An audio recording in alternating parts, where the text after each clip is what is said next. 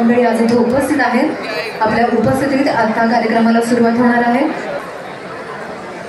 सादर करते सौ संविता दापटे शिंदे, गायिका आजच्या या कार्यक्रमाच्या, आणि श्री गणेश शिंदेजी, व्याख्याते, स्वास्थ्य व समाजविषयक प्रबोधनकार. खास अत्यंत सुंदर असा हा कार्यक्रम आपल्या भेटीसाठी जनकल्याण multi-state cooperative society limited Solapur यांच्या वतीनं आणि जनकल्याण फाउंडेशन यांच्या वतीनं आजच्या या कार्यक्रमाचं आयोजन तब्बल 12 वर्षाचा हा काळ यशस्वीरित्या संपन्न करण्यासाठी आणि सोलापुरांना एक छानशी अशी मेजवानी मोगरा कुललाच्या माध्यमातून आपल्या सर्व रसिकांसाठी.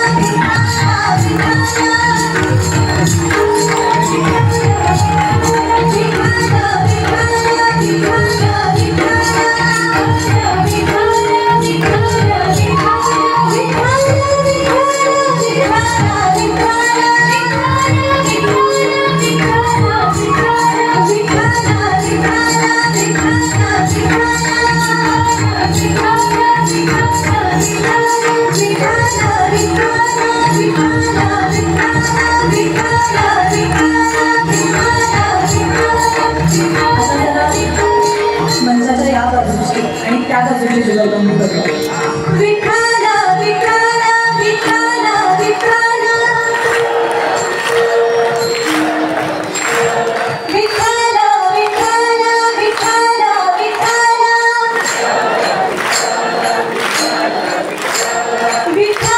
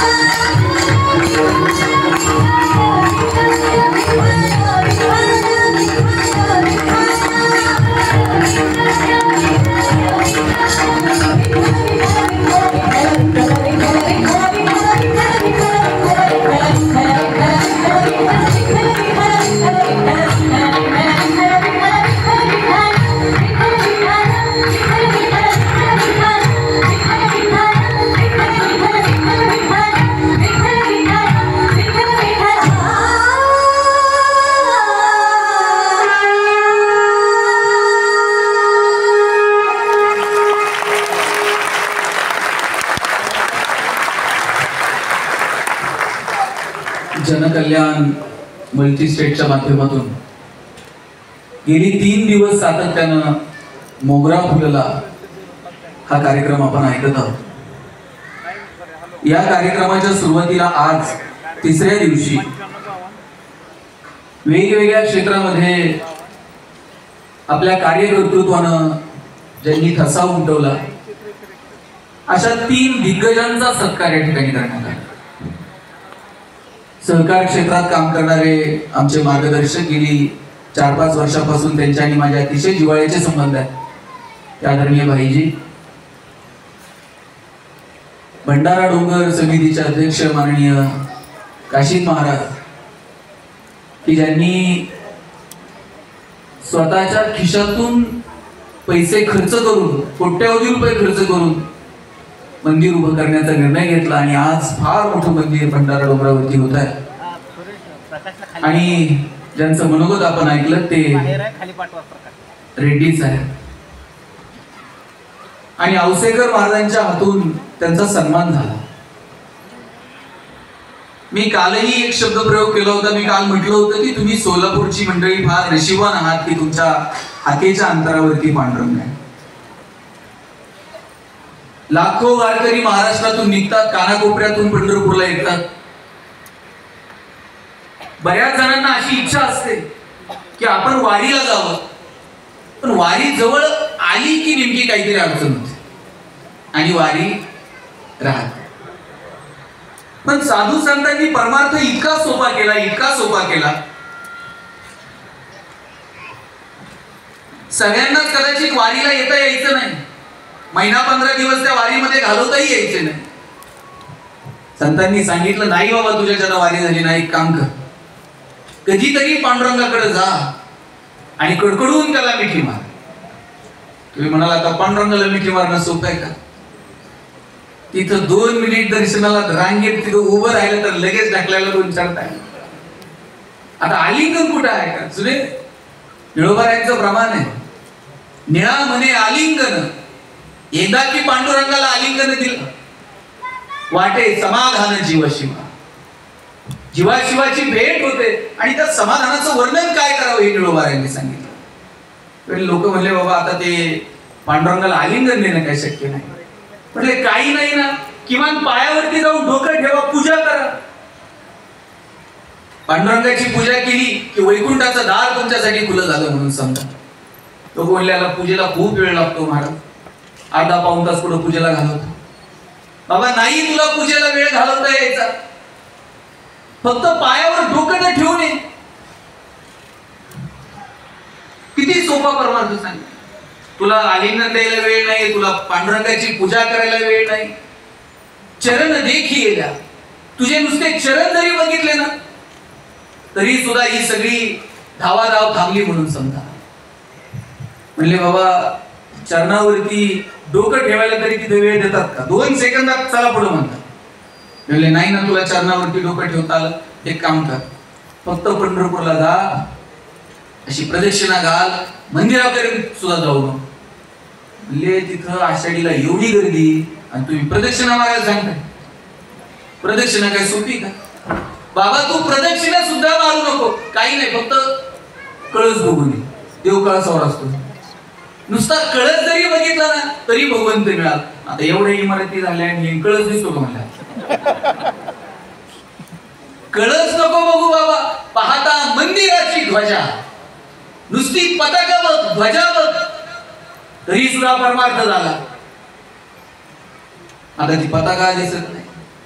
एक काम कर, म्हणजे मंदिराला ना मागून जा, पुढे तू पताका बघू नको, कळस बघू नको, पाहता राऊळाची पाठ, तिथे घडती 360. नुसती राऊळाची पाठ बघू नये, आपल्या जण ते पण व्हायचं नाही. म्हणजे मग तू हे काहीच करू नको, एक काम कर, फक्त पंढरपुरात जायचं, एक पाऊल ठेवायचा, बाकी काहीच नाही, आणि लगेच निघून यायचं. त्यानं काय होतं? वाराणसीला 1 महिना चालणं, इकडं गोदावरीला 1 दिवस, आणि पंढरपुरातला 1 पाऊल सारखाच आहे. म्हणजे पंढरपुरात नुसतं पाऊल ठेवलं तरी भगवंताची प्राप्ती, आणि एवढी गर्दी तिथं पाऊल ठेवायला जागा आहे का? म्हणजे मग आता करायचं काय? आता एक काम कर, तू डोळे झाकले का तुम्ही सगळ्यांनी? झाका बरं सगळे. माझे उघडे आहेत, मी बघतोय, कोणी पण नाही झाले. सगळ्यांनी झाकले का डोळे? हो का नाही? सगळ्यांनी झाकायच्या. नाही झाकल्यावर काय होतं? मी पुढे कृष्णाचं एक दृष्टांत सांगणार आहे तुम्हाला. पेंद्यानी डोळे झाकलेले होते, काय झालं? कृष्ण बाहेर आणि ते सापडलं डोळे निघते. सगळ्यांनी डोळे झाकले का? ओके, हा चला सगळे आता सोलापूरच्या एसटी स्टँडला या. आले का? 2 नंबर प्लॅटफॉर्म वरती गाडीला गेली, सोलापूर पंढरपूर. बसले का? तिकीट काढायपुरते डोळे उघडायचे थोडे, महिलांना फुकट आहे, त्यांनी नाही उघडले तरी चालते. हा चला, गाडी हल्ली का? आता डोळे झाकायचे आणि रामकृष्ण हरी करत करत करत करत 1 तासात तर पंढरपूर येत आहे. आलं का पंढरपूर? तिथं जाईपर्यंत जर तुम्ही रामकृष्ण हरी म्हणलात ना, पांडुरंगच येतोय पिशवी उचलायला. पंढरपुरात तुम्ही पोहोचले, चंद्रभागेत जायचंय, गेले का? पाणी कसं गार लागलं का नाही पायाला? चंद्रभागेमध्ये पाय बुडवायचे. आता प्रदक्षिणा घालायची. प्रदक्षिणा घातली का? आता पुढे आला चोखोबा महाराजांच्या समाधीजवळ. चला तिथं दर्शन घ्या, डोकं टेकवा. चला पुढे यायचं बरं का? आता नामदेव पायरी लागली. नामदेव पायरीला हात जोडा, तिथं पाय डोकं टेकवा. आलात का पुढं? गरुड ध्वज लागला का? त्याला मिठी मारा, वाटलं तर कानाला धरून 3 उड्या मारा.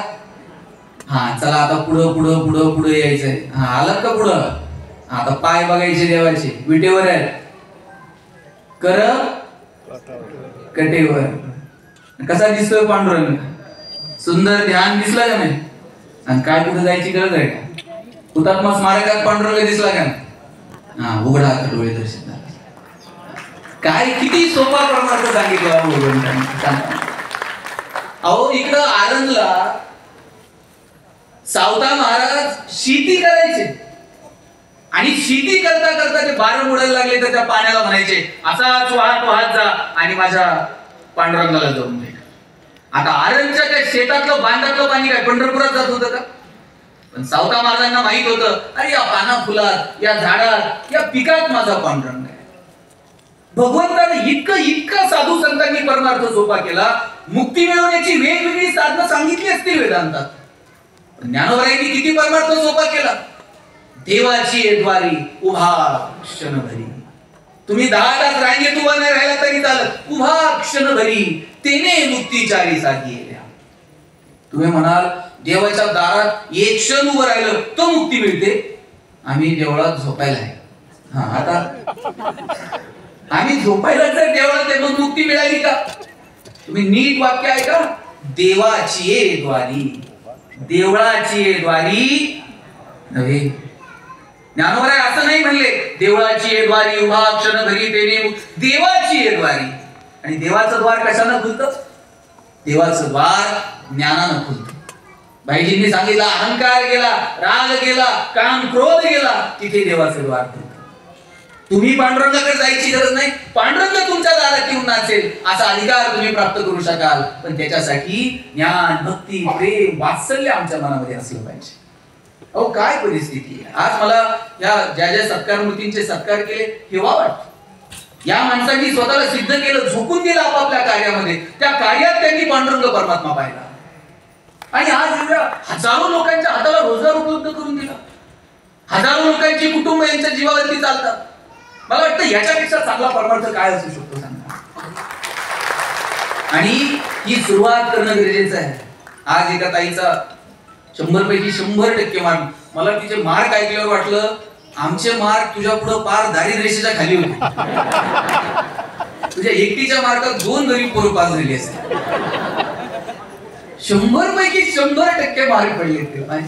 कौतुक आहे, मला खूप छान वाटते. आज जर आम्हाला आमची आर्थिक आणि सामाजिक परिस्थिती बदलायची असेल शिक्षण सोडून दुसरा पर्याय आमच्या समोर उपलब्ध नाही. म्हणून लेकरा बाळांना शिकवलं पाहिजे, त्यांच्यामध्ये आमूलाग्र बदल घडावेत याच्यासाठी आपण प्रयत्न केले पाहिजे. आणि भाईजींनी सांगितलं की एखाद्या गोरगरिबाचं पोरग जर चांगले मार्क मिळवले ना त्याच्या घरी जा, त्याला विचारा तुला काय हवंय का, तुला मदत हवी का. आणि हे का करायचं माहितीये? मी म्हणेल परमार्थ बाजूला ठेवा, त्याच्या पाठीमागे थोडासा स्वार्थ सुद्धा आपला असला पाहिजे. स्वार्थ काय? आज जशी सामाजिक परिस्थिती आहे या गरिबी आणि श्रीमंती ही दरी जर वाढत गेली ना, श्रीमंतांना रस्त्यावरती चालता सुद्धा येणार नाही. ही दरी जर वाढली तर नगर जिल्ह्यामध्ये छोटस गाव आहे माझं पारगाव नावाचं, आणि माझ्या गावामध्ये MH14 पासिंगची गाडी होईल. MH14 म्हणजे जिथं काशीद महाराज राहतात ती. आणि MH14 म्हणजे काय सांगतात तुम्ही येऊन बघा काय परिस्थिती आहे. अशी गाडी आली आमच्या गावात, ड्रायव्हरने अशी काच खाली घेतली, 40-50 हजाराचा गॉगल होता, गॉगल सुद्धा काढला नाही त्यानं. असंच काच खाली घेऊन एका लहान पोराला विचारले पारगाव कुठे आहे? तर गाडी आता पारगावातच आहे. आणि त्याला विचारलं पारगाव कुठे आहे? पोरगा म्हणला पारगाव ना, हा 10 किलोमीटर पुढे जा, वडगाव लागतंय, कोण पण सांगेल पारगाव. मी त्याला म्हणलं खोटं का सांगितलं? म्हणला MH14 आहे, काय कमी? म्हणला जाऊ द्या पुढे येते की पेट्रोल घालून. ही गरिबी आणि श्रीमंतीच्या संघर्षाची सुरुवात आहे, लक्षात घ्या. पुण्यातलाच एक किस्सा सांगतो. एका माथे फिरून रात्री 50 गाड्या पेटून टाकल्या पार्किंग मध्ये, आणि सकाळी पोलिसांनी पकडलं. पोलिसांनी विचारलं बाबा का पेटवल्या? आपल्याला घेता येत नाही म्हणल्या, पेटून टाकल्या. आम्हाला एसटीचं तिकीट काढता आहे ना, ते EC गाड्यांमधून फिरतात, पेटून टाकल्या, काय करायचं त्याला? ही गरिबी आणि श्रीमंतीच्या संघर्षाची सुरुवात आहे. आपल्याकडे खूप पैसे असतील पण आपल्याला खर्च करायला बाहेर पडता सुद्धा यायचं नाही. तुम्ही 50 हजाराची साडी घालू शकाल, तुम्ही लाखभर रुपयाचा सूट घालू शकाल, पण सार्वजनिक कार्यक्रमात जाताना महागडे कपडे घालता येणार नाही. घरातच 6 बाय 6 आरसा लावायचा. तुम्ही 50 हजाराची पैठणी घालायची, तुम्ही लाखभर रुपयाचा सूट घालायचा. तुम्ही त्यांना म्हणायचं किती छान दिसताय, तुम्ही म्हणायचं तुम्ही पण फार जबाबदार दिसताय, हा काढून ठेवा, साधे घाला, आपल्याला बाहेर जायचं. आपली गाडी असेल पण बाहेर फिरता येणार नाही, लोक फोडून टाकतील. आपलीच गाडी, सहकार तत्वावरती एक ग्राउंड तयार करायचं, सगळ्यांनी पार्किंग लावायची, तिथे 2-4 वॉचमॅन ठेवायचे. आणि पोरग म्हणलं ना पप्पा आपल्या स्कॉर्पिओतून चक्कर, सांगू नको कोणाला आपली म्हणून, टमटम न पोरग ग्राउंड मध्ये न्यायचं, सुरक्षित एक चक्कर मारायची, गाडी पार्किंगला लावायची, परत टमटम घरी यायचं. ही परिस्थिती होईल. आणि ही होऊ नये असं जर वाटत असेल, साधू संतांना कधी कळलंय? ज्ञानोबाराय शेकडो वर्षापूर्वी म्हटले जो जे वांछील तो त्याला हो प्राणी जात. काय काय साधू संतांची भूमिका. भाईजींनी आता सहकारावरती बोलले वसुदैव कुटुंबकम, हे सगळं विश्व आमचं घर आहे, ही व्यापक भूमिका साधू संतांनी मांडली. सहकाराचा कायदा 1904 ला आला, पण त्याच्या अगोदर भारतामध्ये सहकार चळवळ रुजली गेली. साधं उदाहरण सांगतो. मद्रासमध्ये शेतकऱ्यांनी ब्रिटिशांना कर्ज मागितलं होतं, आणि ब्रिटिश म्हणले यांना कर्ज द्यायचं ना, अशी एखादी यंत्रणा तयार करा, पैसे त्यांचे आणि कर्ज त्यांचं. फेडरिक निकोल्सन नावाचा एक ब्रिटिश अधिकारी होता, त्याला अशी यंत्रणा कुठे आहे का हे शोधण्यासाठी जगाचा दौरा करायला पाठवलं. आणि जर्मनीमध्ये रायफेजन म्हणून एक बँक होती, त्या रायफेदांच्या तत्वावरती अशी सहकारी सोसायटी आपल्याला इथे करता येईल का? अशी सहकारी बँक पहिल्यांदा मद्रासमध्ये स्थापन झाली.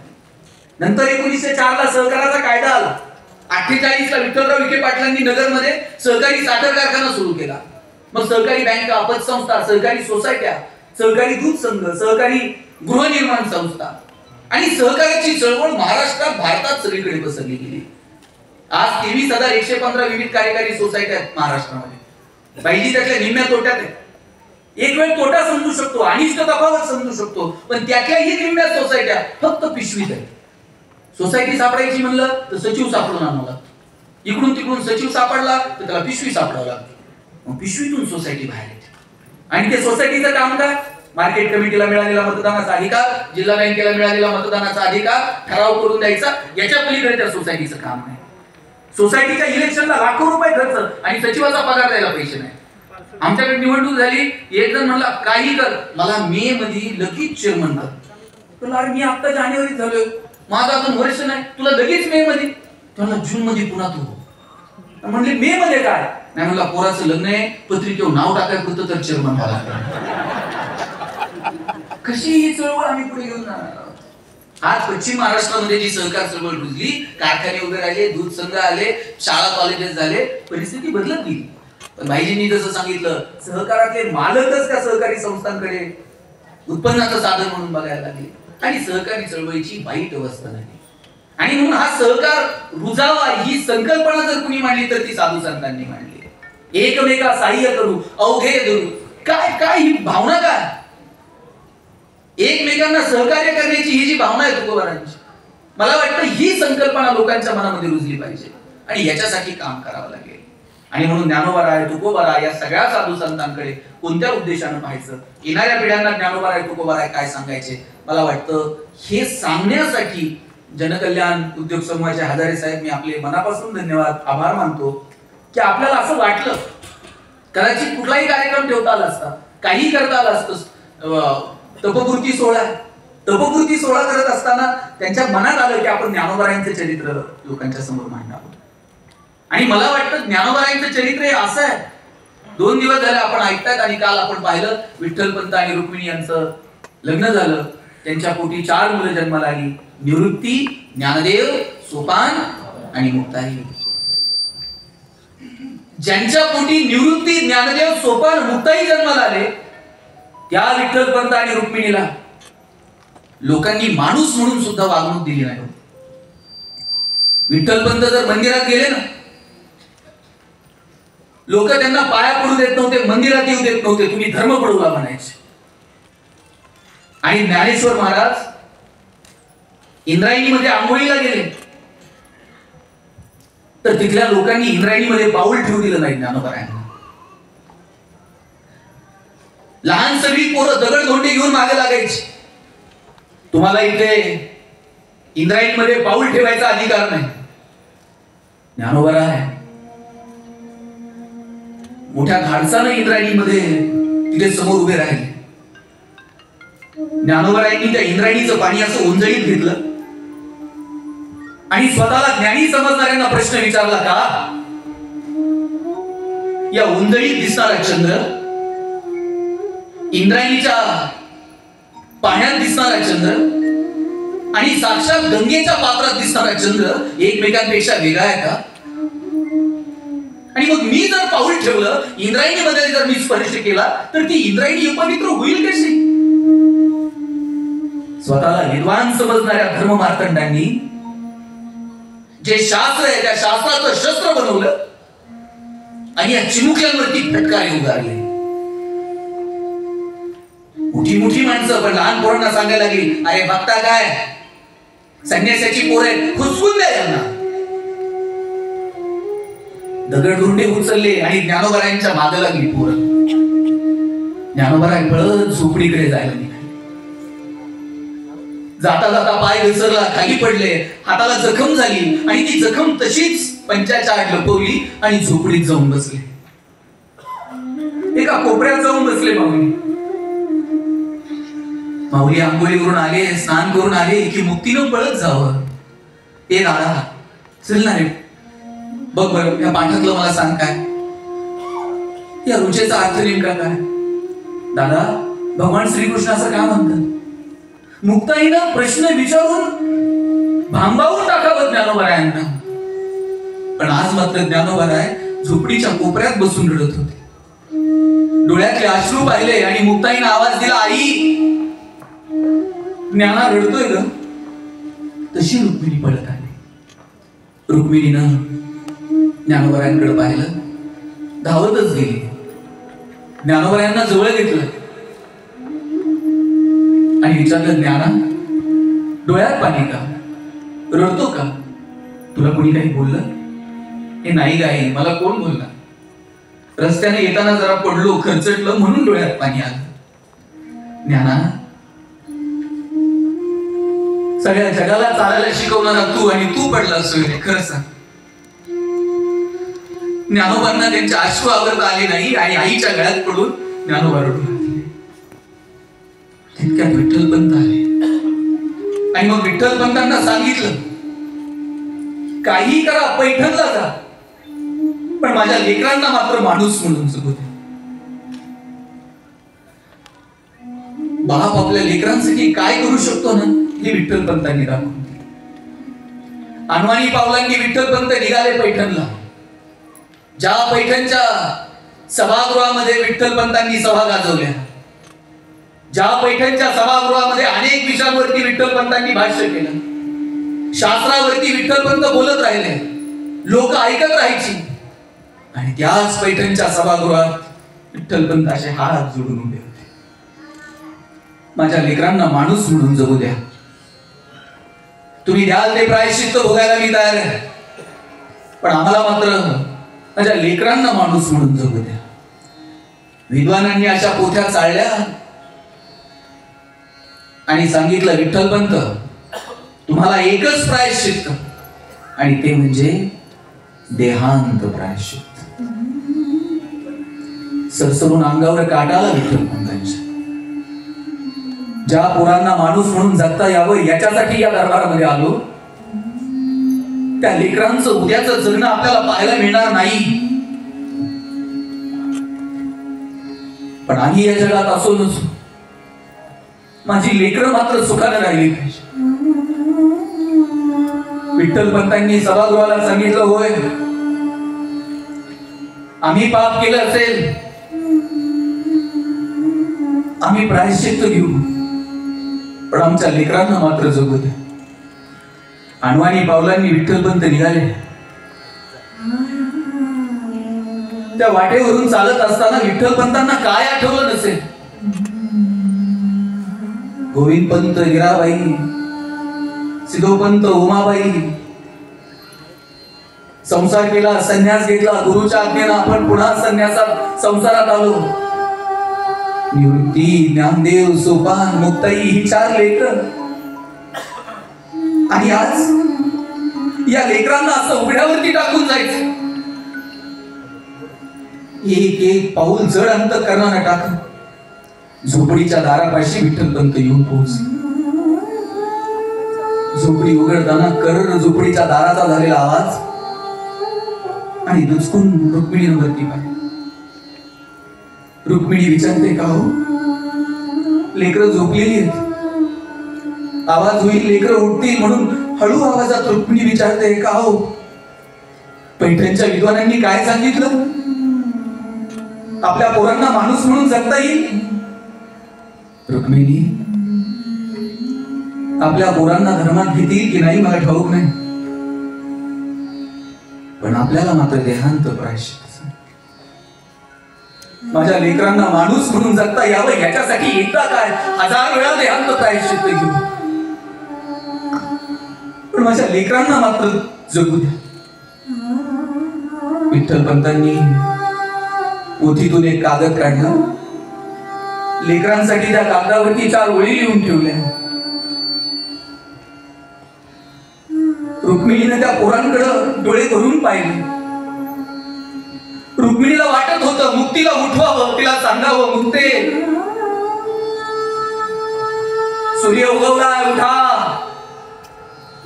असा आवाज उद्या सकाळी तुमच्या कानावर येणार नाही. तुम्हाला उठवायला तुमचे वडील नसतील. सूर्याची कोळी पूर्ण अंगावरती आली की उठायचं, पक्ष्यांचा किलबिलाट कानावरती आला की उठायचं. रुक्मिणीला वाटलं ज्ञानाला उठवावं आणि त्याला सांगावं, ज्ञाना, आमच्या पाठीमागं या लेकरांची आई, या लेकरांचा बाप तूच आहेस रे. माझ्या मुक्तीला सांभाळ. रुक्मिणीला वाटलं लेकरांच्या गालावर ओठ टेकवावे, त्यांचा शेवटचा पापा घ्यावा, त्यांच्या अंगावर शेवटचं पांघरून टाकावं. पण पोरं जर उठली तर संसारातून पाय निघायचा नाही. शेंगाचे 4 दाणे कधी लेकरांना सोडून खाल्ले नाही. आज या साऱ्या उघड्या आभाळात सोडून जायचं पोरांना. रुक्मिणीनं शेवटचं लेकरांकडे पायातले जोडवे काढले, पांडुरंगाच्या समोर ठेवले आणि दारातून शेवटचं प्रेत उचलताना जसा हुंदका दाटून येतो तसा हुंदका दाटून आला रुक्मिणीचा. पण आवाज येईल आणि लेकरं उठतील म्हणून तसाच हुंदका गेला. डोळ्यातल्या अश्रूंना जागा करून दिली आणि निघाली रुक्मिणी आणि विठ्ठलपंत शेवटच्या प्रवासाला. एक एक पाऊल टाकत टाकत आता शेवटचं पाऊल येऊन थबकला. आता देह बुडवायचा. पण लेकरांचे चेहरे आठवले आणि एक आई आपल्या लेकरांसाठी शेवटची हाक मारते पांडुरंगाला. देवा, काय हे दुःख, का हा वनवास माझ्या लेकरांच्या वाट्याला? अरे झोपला असशील तर जागा हो, माझ्या पोरांकडे बघ. तूच दिलेला हा देह झोपून देऊ आम्ही या नदीच्या पात्रात. पण झोपला असशील तर जागा हो, एका क्षणासाठी तरी डोळे उघड. एका आईनं आपल्या लेकरांसाठी शेवटची हात पांडुरंगाला मारली. क्षणभर उघड नयन देवा.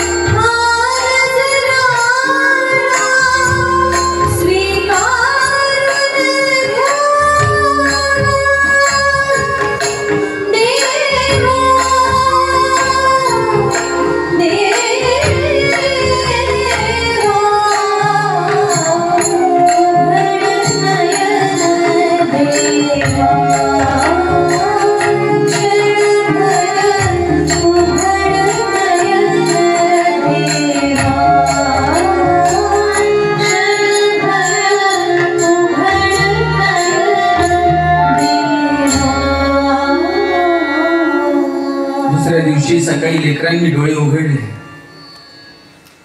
आणि वासरांना गोठ्यात गाय दिसू नये आणि वासरांनी हंबरडा फोडावा तसा हंबरडा मुक्ताईनं फोडला. दादा, आई कुठे, बाबा कुठे? आई दिसेना, वडील दिसेना. मुक्ती सगळीकडे शोधत होती. आमची आई कुणी पाहिली का, आमचे वडील कुणी पाहिले का, पण आई वडील काही दिसले नाही. पोथीतला कागद वाचला आणि ज्ञानोबा लक्षात आलं की आई बाप आता परत दिसणार नाही. रडणाऱ्या मुक्ताईला ज्ञानोबरायांनी जवळ घेतला आणि सांगितलं, मुक्ते, आई बाप निघून गेले ग. दादा, कुठे गेले आपले आई वडील? मुक्ते, आपल्याला जगता यावं म्हणून आई बाबा निघून गेले आणि परत भेट आता नाही.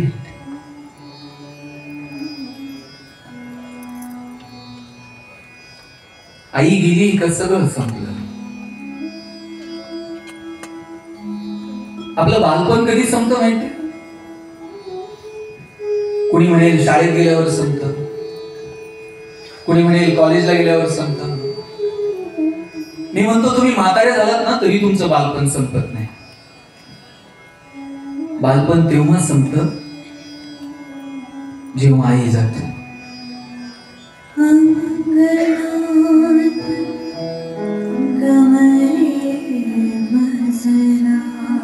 आई गेली का समजायचं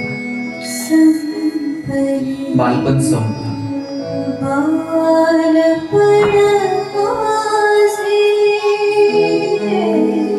पोरींची तर हसायची, रुसायची, फुगायची, रडायची, भांडायची सगळी जागा जर कोणती असते तर त्यांची आई असते.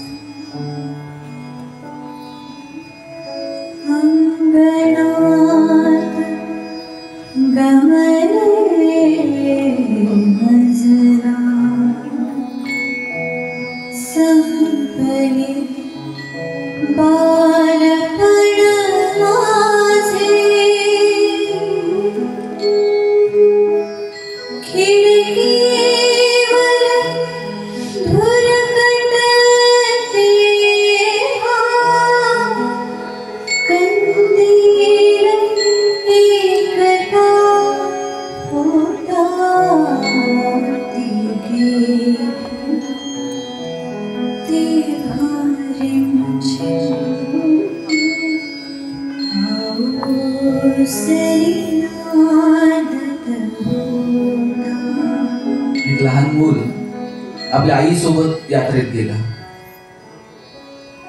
आणि ते आपल्या आईला म्हणायचं, आई मला खेळणं घेऊन दे. आई म्हणायचे, दादा आपल्याकडे एवढे पैसे नाहीत रे. हे ठीक आहे, नको घेऊ.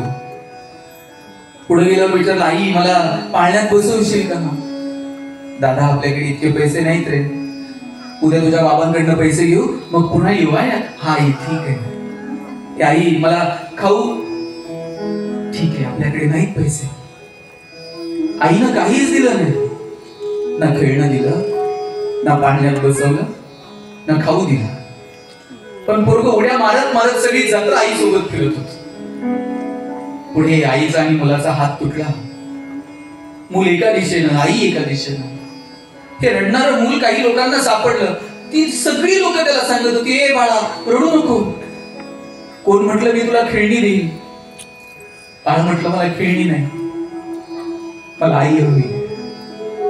कुणी म्हटलं पाळण्यात बसवतो, मला पाळण्यात नाही बसायचं, मला आई हवी. ए राजा रडू नको, तुला खाऊ देतो, मला खाऊ नको, मला आई हवी. जग सगळं द्यायला तयार आहे तुम्हाला, पण आता हे काहीच नको, आम्हाला आई हवी. ती आई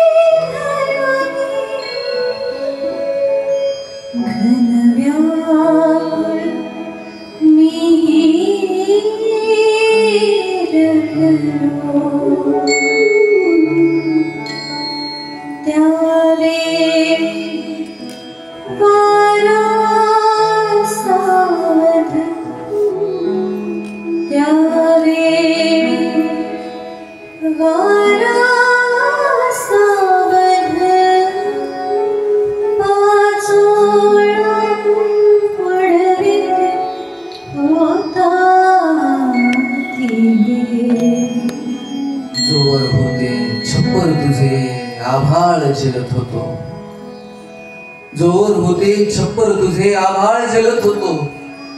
आता साध्या भुंकरी पुढे निभाव लागत नाही. आई, तुझ्या विना जगण्याची सवय उरली नाही. आई, तुझ्या विना जगण्याची सवय उरली नाही.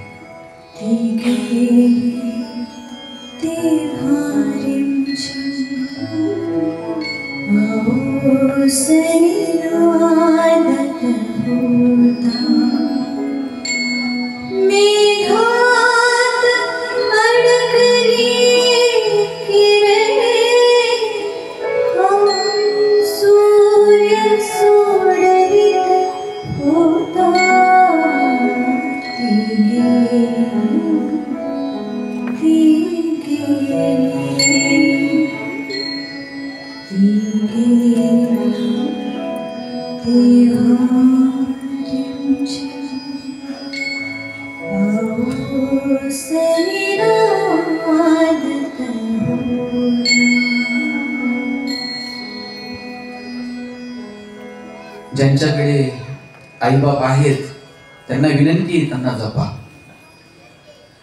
घरातली म्हातारी माणसं ट्यूबलाईट इतका प्रकाश देत नाही, पण त्यांचं देवघरात निरंजनासारखं तेवत राहणं महत्वाचं असतं. निघून गेलं ना मग त्या लोकांची किंमत कळते. पोरीनं तुमचं माहेर कुठपर्यंत माहित आहे? जोपर्यंत माहेरात आईबाप आहेत तोपर्यंत. तुम्ही आईला फोन करा, आई उद्या येते. सकाळी उठल्यापासून ती 10 फोन करते, कुठपर्यंत आली का, निघाली का, पोहोचली का, कुणाला घ्यायला पाठवू का. तुम्ही दारात यायला उशीर उमऱ्यात, ती पटकन पळत येते, तिचे ओढ गालावर लावते, भाकरीचा तुकडा वाळून टाकते, पाणी वाळून टाकते, जवळ घेते, बोट मोडते. कोण करते एवढं प्रेम तुमच्या? 2 दिवस जर तुम्ही माहेरी थांबला आणि तिसऱ्या दिवशी जायला निघाला, तुमच्या आईनं तुमची पिशवी कधी रिकामी पाठवली का? बाई शेंगा घेऊन जा, वांगी घेऊन जा, भाजी घेऊन जा, दूध नेतेस का, पापड करून ठेवले, लोणचं घालून ठेवले. पुरीची पिशवी आई कधी रिकामी पाठवत नाही. सासरी मिळत नाही का? सासरी सगळं मिळतं, पण आईला वाटतं माझ्या पुरीची पिशवी रिकामी जाऊ नये. बहिणाबाई चौधरी असं दारात दळत बसल्या होत्या, वाटसरू चाललेला होता, त्या वाटसरूला जेवायला वाढलं. त्या वाटसरूला संसारातलं दुःख सांगत होत्या. वाटसरूने ते सगळं संसारातलं दुःख ऐकलं आणि म्हटलं, आई एवढं दुःख आहे तुझ्या आयुष्यात, मग इथं नांदते का, इथं राहते का? बहिणाबाई म्हटल्या, लेकीच्या माहेरासाठी आई सासरी नांदते. माझी पोरगी जर माहेरी आली तर तिला माहेर पाहिजे, म्हणून मला इथं नांदावं लागतं.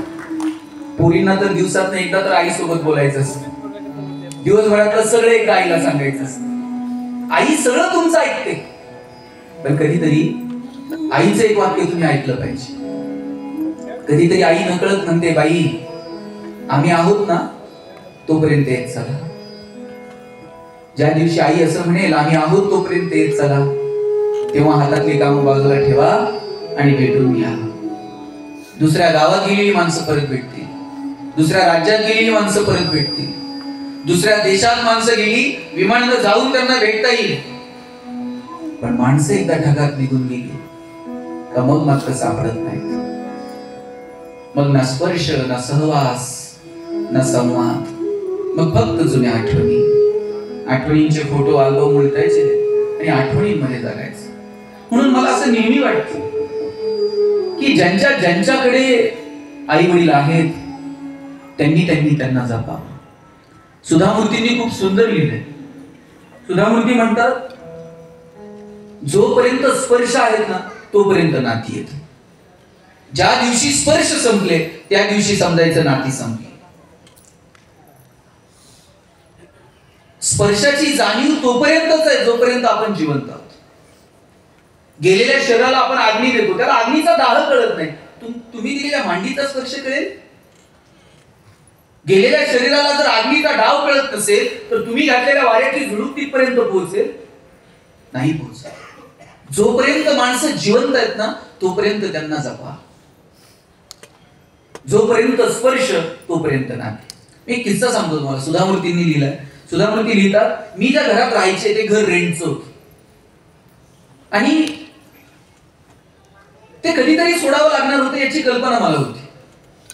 पण मी खिडकीमध्ये अभ्यासाला बसायचे आणि त्या खिडकीत एक प्राजक्ताचं झाड होतं. त्या प्राजक्ताच्या झाडाची फांदी खिडकीपाशी आलेली होती. मी अभ्यासाला बसायचे, त्या खिडकीवरून त्या झाडाच्या त्या फांदीवरून हात फिरवायचे. त्या फांदीला माझ्या स्पर्शाची सवय होऊन गेली होती. मी बोलायचे त्या झाडासोबत, गप्पा मारायचे. ते झाडही माझ्या बोलण्याला प्रतिसाद द्यायचे.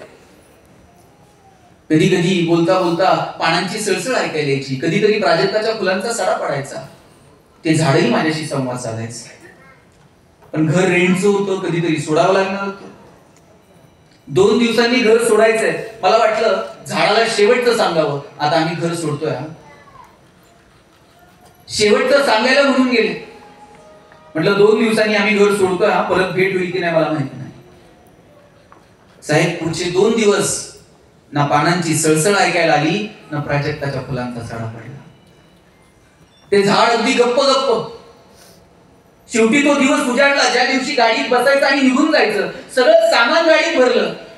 सुधाताई लिहितात, आता मीही गाडीत जाऊन बसणार. पण मला वाटलं शेवटचं भेटलं पाहिजे. शेवटचं भेटायला म्हणून गेले. बोलायला शब्द सुचले नाही. थेट जाऊन झाडाला मिठी मारली. डोळे गच्च झाले. गच्च झालेले डोळे 2 मिनिटांनी उघडले आणि बघते तर काय, बाजूला प्राजक्ताच्या फुलांचा सडा पडलेला होता. ते झाड जणू माझं सांत्वन करत होतं. रडू नको, भेटू पुन्हा कधीतरी. मी निघून गेले. 2 वर्षांनी पुन्हा त्या गावात आले आणि कुणाला तरी विचारलं, का हो, आमच्या जुन्या घराच्या शेजारी एक प्राजक्ताचं झाड होतं, ते अजून आहे का?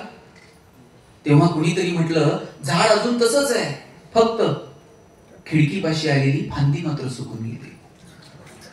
जोपर्यंत स्पर्श आहेत तोपर्यंत नाती येत. स्पर्श जपा. आईनं जवळ घेणं, मुलाच्या गालावरती ओठ टेकवणं, म्हाताऱ्या आईच्या हातात हात देणं, तिच्या सुरकुटलेल्या त्वचेला स्पर्श करणं, कमालीची ऊर्जा आहे. बापाच्या पायावरती डोकं ठेवणं, हे स्पर्श आहे, ही नाती आहेत आणि हे स्पर्श आपण जपायला हवे. आता मी बघतो बायका लिपस्टिक पुसेल म्हणून पोरांना पण फ्लाइंग किस द्यायला लागले. ते स्पर्श कायम ठेव. 10, 12 वर्षाची पोरं होईपर्यंत बापाच्या पायावर पाय टाकून झोपत होती. आता 2 वर्षाच्या पोरांचे सेपरेट बेडरूम आहेत. जुन्या काळात आई बापाला शरीराचे धर्म होते का? पण त्यांनी ते जोपासत असताना ठराविक वयापर्यंत मुलांचे स्पर्श तुटू दिले नाही. आता 2 वर्षाच्या पोरांचे जर सेपरेट बेडरूम असतील, त्यांनी नाही ना म्हातारपणी आपला बेड गावाच्या बाहेर काढला. लक्षात ठेवा, काय पेरायचं ते ठरवा. निसर्गाचे नियम समजून घ्या. अहो, ज्ञानोबानी ही भावंड तिकडं ब्रह्मगिरीच्या प्रदक्षिणाला निघाली, अशी दगडावर डोकं ठेवलं तर झुकून जात होते. आणि ज्ञानोबा, तुम्ही कवी आहात, तुमचं कवित्व बहरू दे, ते जर कुणी सांगितलं असेल ना ज्ञानोबा तर ते निवृत्ती महाराजांनी सांगितलं. आणि म्हणून मला वाटतं निसर्ग जपा. अरे, पाना फुलांविषयी सुद्धा, त्या झाडांना सुद्धा आपल्याविषयी अटॅचमेंट तयार होते. आपण आपल्याला माणसांविषयी अटॅचमेंट तयार होऊ नये. निसर्ग समजून घ्या. झाडं, पानं, फुलं, वाहणाऱ्या नद्या, जपलं पाहिजे आपण निसर्गाला. निसर्गाच्या समोर आपण फार छोटे आहोत. आणि माणूस एकमेव प्राणी की जो निसर्गासोबत जुळून घ्यायला तयार नाही. इतर प्राणी पक्ष्यांची नाळ अजून थोडी बहुत तरी निसर्गासोबत जुळू नये. तुम्ही एक तरी कावळा ओव्हरवेट झालेला बघितलाय का? वजन वाढलंय, टेन्शन मध्ये आलाय, घरट्या घालतोय, उद्यापासून डाएट 2च धावे करायचे, भाताला शिवायचं पण नाही. ही माणसं सांगू किती? निसर्गासोबत जुळून घ्या. झाडं लावा, वाढवा. आणि झाडं लावतो नाही असं नाही. वाढदिवसाला झाड लावायचं, दुसऱ्या दिवशी पेपरला फोटो, तिसऱ्या दिवशी झाड गायब, पेपर गायब. पुढच्या वाढदिवसाला खड्डा तोच, झाड फक्त नवीन असते. सकाळी कार्यकर्त्यांनी झाडं लावायची, दुपारी बकऱ्यांनी झाडं खायची आणि संध्याकाळी कार्यकर्त्यांनी बकऱ्या खायची. रिटर्न पाठ. कोणाला फसवायला निघालेला होता आपण? आणि मग निसर्ग असला चमत्कारिक आहे, 2 वर्ष माणसाला त्यानं रस्त्यावर उतरू दिलं नाही. निसर्गाने माणसाला सांगितलं, चल मास्क लाव, तुझं तोंड सुद्धा बघायची माझी इच्छा दौडली नाही. कुठे घेऊन गेलो आम्ही निसर्गाला. आज काय अवस्था आहे हो नद्यांची? सगळ्या नद्या प्रदूषित करून टाकल्या. हजारो कोटी रुपये शासनाला खर्च करायला लागले की बाबांनो या नद्या स्वच्छ करा. आम्ही सगळ्या कारखान्यांचं याचं त्याचं सगळं पाणी, दूषित पाणी नद्यांमध्ये मिसळून टाकलं. पूजेचं निर्माल्य काय बघत नाही आम्ही, त्याच्यात प्लास्टिक आहे का, थर्माकोल आहे का, काय सगळं नद्यांमध्ये टाकून दिलं. मला आठवतंय लहानपणी गुडघे टेकून आम्ही साहेब नदीला पाणी पिलेलं आहे. मला आठवतंय, लांबचा काळ नाहीये. गुडघे टेकून असं झऱ्याला वाळू बाजूला करायची आणि जनावरांसारखं पाणी प्यायचं. आज एक नदी मला सांगा की जिथं तुम्ही धाडसानं असं गुडघे टेकून पाणी पिऊ शकाल. जाईल तिथं आपल्याला पाण्याची बाटली घेऊन जावी लागते. लग्नाला गेलं तरी पाण्याची, आता तेच देतात. जाईल तिथं पाण्याची बाटली इथे पण ठेवली. पूर्वी तांब्या असायचा, फुलपात्र असायचं. आता खात्री आहे आपल्याला तांब्या फुलपात्रातलं पाणी हे पेत नाही आणि आपणही देऊ नये. तांब्या फुलपात्र राहिले का कुठं? फार फार तर सुपारी साखरपुड्यात असं लागलं. आणि काही दिवसाला तिथं सुद्धा दिसणार नाही. गुरुजी सांगणार मुलाचे मामा बाटली घेऊन या. इथपर्यंत येऊ देऊ नका. निसर्गासोबत जुळून घेता येईल का? मला वाटतं याची काळजी घ्यावी. जेव्हा आपण निसर्गासोबत जुळून घेऊ तेव्हा आपल्याला जगण्याचा हा सगळा सारीपाट आपल्या समोर येऊन जाईल. मला वाटतं मुलांच्या आईवडिलातनं, मुलांच्या आयुष्यातून आईवडील निघून गेले.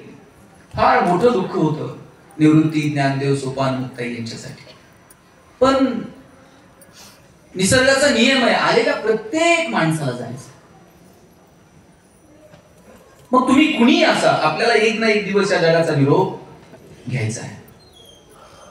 आणि म्हणून मला आज या कथेच्या समारोपाला जात असताना, समाधी प्रसंगाकडे जात असताना काही मोजक्या विषयांना स्पर्श करायचा आहे. तुम्ही तुमचं जगणं सुंदर करा. आपण पाहुणे आहोत.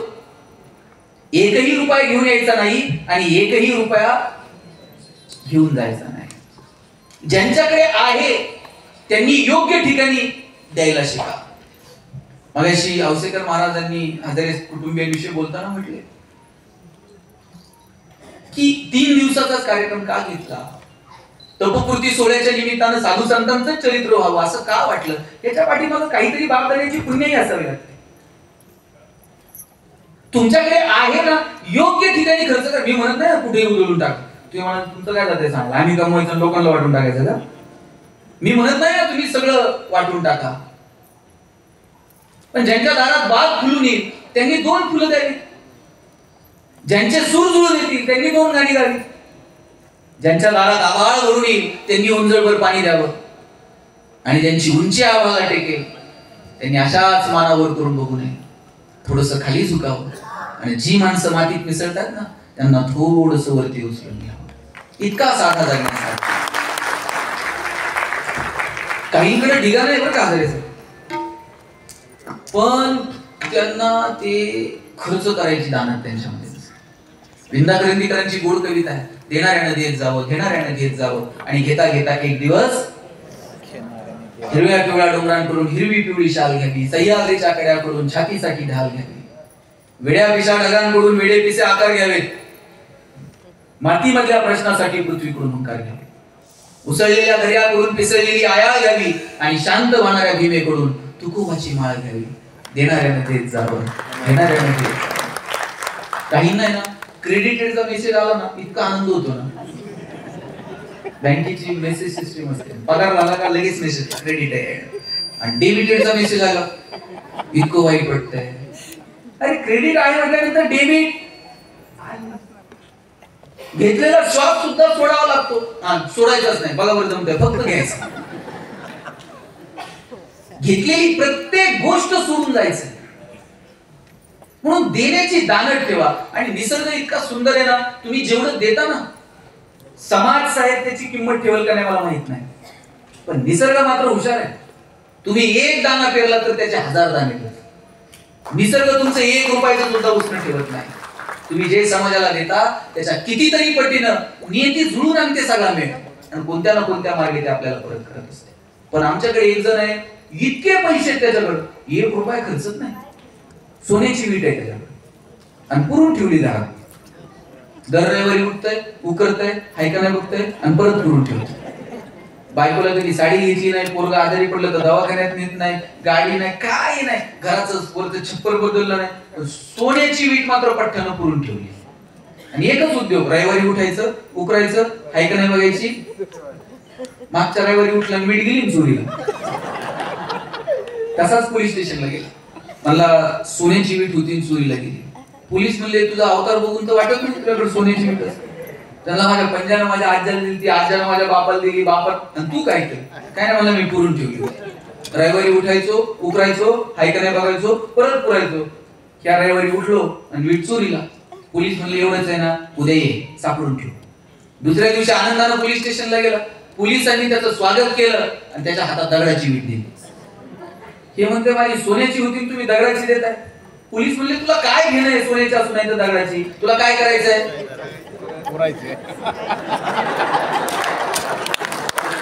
तुला जर खर्चच करायची नाही, मग ती सोन्याची असू नाही तर दगडाची, तिचा काय उपयोग आहे का?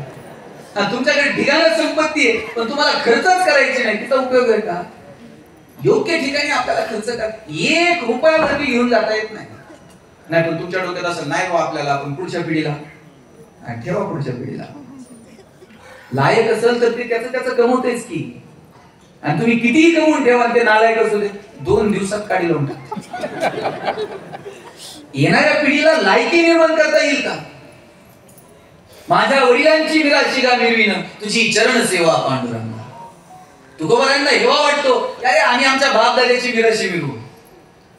आपल्या येणाऱ्या पिढ्यांनी आपल्याविषयी सांगितलं पाहिजे, अरे आमच्या आई वडिलांनी, माझी आई कष्टाळू होती, माझे वडील, हजरे साहेबांची पोरं सांगते आमच्या आई वडिलांनी मोठ्या संघर्षात नाही सगळं उभं केलं, मोठ्या ताकदीने.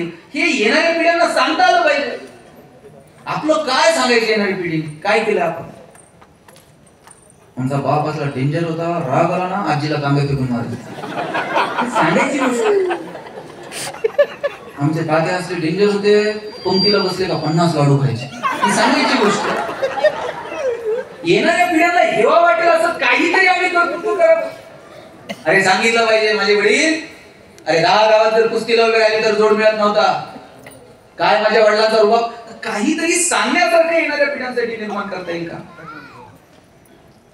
संस्कार द्या येणाऱ्या पिढीला. लहान पोरगं होतं, एकदम लहान, 4थी 5वीतलं, आणि पाटील होते गावात, आणि पाटलांची तब्येत जरा दांडून होती, खाली यायचीच नाही फिरायला, वरती वाड्यात वरच्या गॅलरीत चक्कर मारायची. आता त्यांना त्रास आहे, त्यांना खाली येता येत नाही, त्या पोराला काही घेणं का? ते पाटील फिरायला लागले, काही खालून वर पाटलाकडे बघायचं, म्हणजे जिवंत आहे तोवर काय नाही, गेल्यावर कसं करायचं, 4 लोकांना तर झेपतंय का? काय संस्कार, एखाद विचार काय केला पाहिजे, पाटलाची तब्येत कशी कमी होईल, काय याला त्रास असेल, हे म्हणतोय 4 लोकांना झेपल का, कसं होईल. पाटील मला याला वर बोलवा, त्याच्या हातपाय बांधा म्हणला. मला एक म्हणले हे शिकवलं का तुझ्या आई बाबा, कोंडून ठेवा म्हणले पोरं. बाप पळत आला, म्हणला पाटील पोराला का कोंडलं, आणि हे संसार केले का म्हणले पोरा. म्हणले काय झालं, म्हणले मी वरती फिरायला लागलं, खालून वर माझ्याकडे बघताय, 4 लोकांना झेपल का, मेल्यावर कसं करायचं. बाप म्हणला लहान लेकरू आहे, त्याला काय कळतं म्हणला, आणि मेल्यावर पुढे संवेदना जागे असतात का, नाही 4 जणांना उचललं ना तुकडे करून येऊ म्हणला. पाटील म्हणला पोराची चूक नाही, बेन खराब आहे म्हणला, याला कोंडा. बाप कोंडला, आजा पळत आला, काय झालं, नातवाला कोंडलं, पोराला कोंडलं. म्हणले हे संस्कार केले का. नातू म्हणतोय उचलन का, आणि पोरगा म्हणतोय हातपाय तोडून घेऊ. आजा म्हणला पाटील मेल्यावर रुपयावर नेता येत नाही, कशाला हातपाय तोडायचे, देऊ वाड्याला गाडी लावून मला.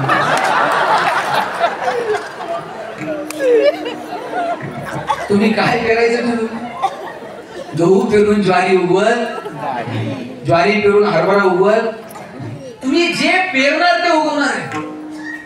म्हणून मुलांच्या बाबतीत मी परत सांगतो, मी असं म्हणत नाही पैसे कमवू नका. जर कोणी तुम्हाला सांगत असेल पैशाला कोण विचारतो आणि पैशाला काय, आणि आपल्याकडे आपण एक असं भारी सांगून ठेवले गरिबांना, जिसके पास बहुत पैसे होते उसे सुकून नहीं होता, हे असलं काही सांगू नका. पैसे कमवायला सांगा, आणि त्यांना सांगा उद्योग व्यवसाय करा, व्यापार करा, मोठे व्हा, 4 रुपये कमवा. पैसे कमवू नका, 1 रुपया वर जात नाही, पैशाला कोंबडी खात नाही, नामुक असलं सांगून तरुण पोरांना अकार्यक्षम बनवण्याचा धंदा कुणीही करू नये. फक्त पैसे कमवताना एक गोष्ट लक्षात ठेवायची, समोर तुकोबाराय ठेवायचे, जोडून या धन उत्तम, आमचा व्यवहार उत्तम असला पाहिजे. आजच्या काळात जर मला विचारलं कुणी चांगला माणूस कोणता, या जातीतला त्या धर्मातला मिळेल छे, त्याचा व्यवहार चांगला, तो माणूस आजच्या काळात चांगला. व्यवहार जपा, चांगले व्यवहार ठेवा. नातेवाईक एक दिवस उभं करेल तुम्हाला दारात, 2 रुपये उसने देईल. बँकेत व्यवहार चांगला ठेवा, बँक तुमच्याकडे घ्या, तुमचं सिबिल चांगलं आहे, तुमचा व्यवहार चांगला आहे आणि हे करतं. व्यवहार चांगला ठेवा, नुसतं आर्थिकच नाही, चारित्र्य, आपला एकंदरीत सगळा व्यवहार चांगला असला पाहिजे. मला वाटतं हे महत्वाचं आहे. आणि म्हणून मला या कथेच्या अनुषंगाने आज मी अनेक तरुण मुलं इथं बघतोय. उद्योग व्यवसायाचा विषय निघाला म्हणून सांगतो, उद्योगात या, व्यवसायात या, व्यापारात या, नाविन्य स्वीकारा, नवनवीन बदल करत चला. तुम्ही जर बदल केले नाही तर तुम्ही मार्केटमध्ये टिकू शकणार नाही. मला सांगा, माझ्या वयातली जी माणसं इथं उपस्थित आहेत, आपण पहिला फोन आयुष्यात कोणत्या कंपनीचा घेतला होता? बघा, सगळ्यांनी काय सांगितलं? नोकिया. आता नोकिया आहे का? अँड्रॉइड टेक्नॉलॉजी स्वीकारली नाही, नोकिया नाही. हा कॅमेरा कोणत्या कंपनीचा आहे? समोरचा सोनी. आता कॉडॅक आहे का? आणि पहिल्या रांगेत बसलेल्या सगळ्यांना विचारा, यांच्या लग्नातले अल्बम कोणत्या कॅमेऱ्यावर काढले? त्याचा रोल असायचाच आहे आणि 36च फोटो निघायचे. नवरा नवरी हार घालायला आणि फोटोग्राफरचा रोल संपायला.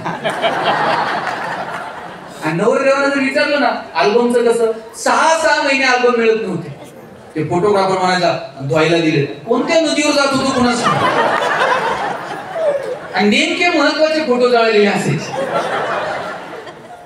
आता त्या कोडॅकने डिजिटल टेक्नॉलॉजी स्वीकारली नाही, कोडॅक नाही टिकलं बाजारात. मला आठवतंय 4 वाजता मराठी पिक्चर लागायचा टीव्हीला रविवारी. धूमधडाका, थरथराट, लक्ष्मीकांत बेर्डे, अशोक सराफ, महेश कोठारे, आणि मध्येच एक जाहिरात लागायची, लाईफ बॉय है जहा. कसे? कारण चॅनल बदलायला ऑप्शनच नव्हता, एकच चॅनल होता आमच्या पिढीकडे, आणि मग ती जाहिरात पाठ असणं स्वाभाविक आहे. आणि त्या जाहिरातीमध्ये फुटबॉल खेळणारी पोरं दाखवली होती. आता भारतात कधीतरी फुटबॉलची क्रेज होती का? पण जाहिरातीत फुटबॉल खेळणारी पोरं. आम्हाला वाटायचं लाईफ बॉयला काय झालं, फुटबॉल खेळणारी पोरं. पण विचारायचं कोणी? लोक दुकानात जाऊन साबण द्या नव्हती म्हणत, लाईफ बॉय द्या म्हणायचे. पण त्यानंतर लक्स मार्केटमध्ये आला, राजा हिंदुस्थानी पिक्चर हिट झालेला, करिश्मा कपूर एकदम फॉर्म मध्ये होती. लक्सनं करिश्मा कपूरला ब्रँड अँबॅसेडर केलं. आता लक्सनं करिश्मा कपूरला ब्रँड अँबॅसेडर केल्यावर फुटबॉल खेळणाऱ्या पोरांकडे कोण बघतंय का? लाईफ बॉयला कळलं मार्केटमध्ये जर टिकायचं असेल तर आपल्याला बदल करावे लागतील. लाल रंगाचा ठोकळा साबण बाजूला केला, गुळगुळीत साबण बाजारात आणला, लाईफ बॉय गोल्ड नावाचा. आणि त्याची जाहिरात फुटबॉल खेळणारी पोरं नाहीत, त्याची जाहिरात करत होता कॉलेजचा एक मुलगा आणि मुलगी. मुलगी गाडीवर उतरते, रागात निघून जाते. मुलगा विचारतो काय झालं? मुलगी सांगते पसीने की बदबू से परेशान. घरी जातो, लाईफ बॉय गोल्ड नांगोळ करून. या लोकांना कळलं हो बदलावं लागेल. हे जर बदलले नसते तर मार्केटमध्ये टिकले असते का? आणि हजारे साहेब, मला मोती साबणाचं गणित अजून समजलेलं नाही. देशमुख साहेब, ते वर्षभर कुठं असते काय माहिती, ते दिवाळीलाच येते. वर्षभर झोपते दिवाळीला म्हणताय.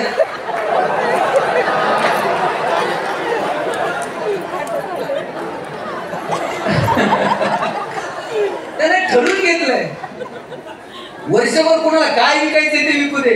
दिवाळीला गरीबातला गरीब आणि श्रीमंतातला श्रीमंत माणूस मोठी नांगोळ केल्याशिवाय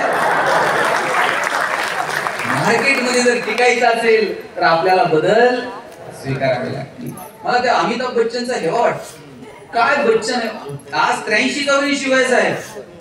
आकाशवाणीमध्ये निवेदक पदाची नोकरी मिळावी म्हणून इंटरव्ह्यूला गेले होते, आणि आवाज चांगला नाही म्हणून बच्चन साहेबांची नोकरी नाकारली होती. आवाज चांगला नाही म्हणून ज्याची नोकरी नाकारली तेच बच्चन आवाजाच्या जोरावर आज बॉलिवूडचा शहंशाह म्हणून मिळवतो. आजही तुम्ही टीव्ही लावा, 10 मिनिटाला बच्चन टीव्हीवर आहे की नाही?